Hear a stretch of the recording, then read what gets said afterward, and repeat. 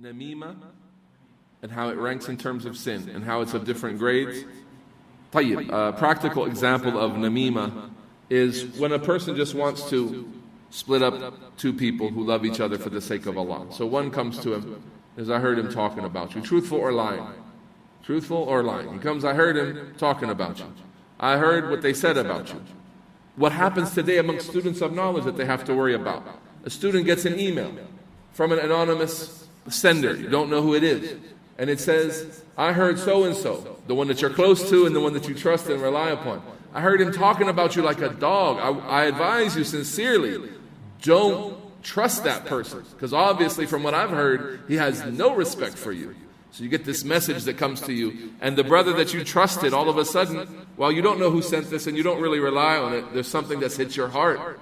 And you think, really? They don't have any respect for me like that? They would talk about me like that? And it never happened. It's just straight up namima. It's just a planted idea of discord to make you hate someone that you used to love and you used to respect. It's manipulation from behind the scenes. So it can be, if we're talking about this level, this can be disastrous. This can rip apart communities. This can rip apart major cooperation that was going on to bring great benefit to the masses of the people. It's not like just two people randomly who stopped appreciating each other because of some slanderer that came between them or some tale carrier that caused them to dislike, each other.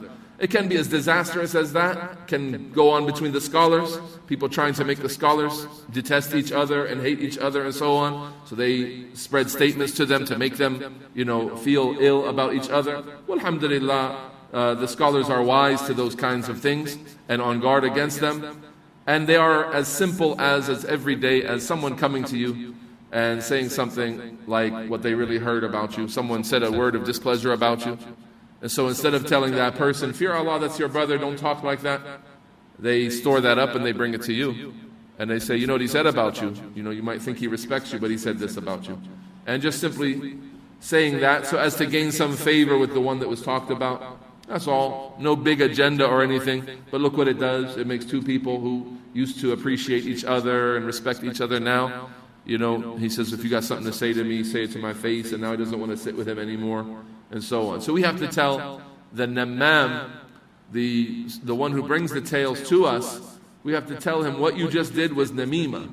That's how we defend ourselves against namima. When the namam comes to you, Sheikh Sadiq, this guy, you know what he said about you the other day? Kada wa kada. He said something about you. I'm talking about this guy right here. All right? The way you kill it, Sheikh Sadiq, is you say what you just did is namima. Namima is a major sin. And your narration is not accepted. You are a major sinner. You're a fasiq for that sin that you've just done, and I don't believe you because you're a major sinner. Your narration is not acceptable to me. And you reject it and you disbelieve in it instantly because the sin is namima. The namam la yadkhul al-jannah. Al-qattat la yadkhul al-jannah. The namam is a qattat. It's another word for namima or the namam. He's the one who carries tales between people min ajali al-ifsad, in order to split them up.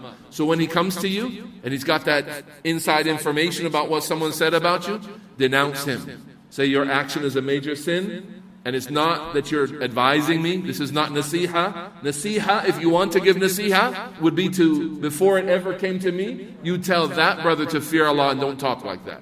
But you come to me with that, you're a namam and I won't take your report. And you reject it.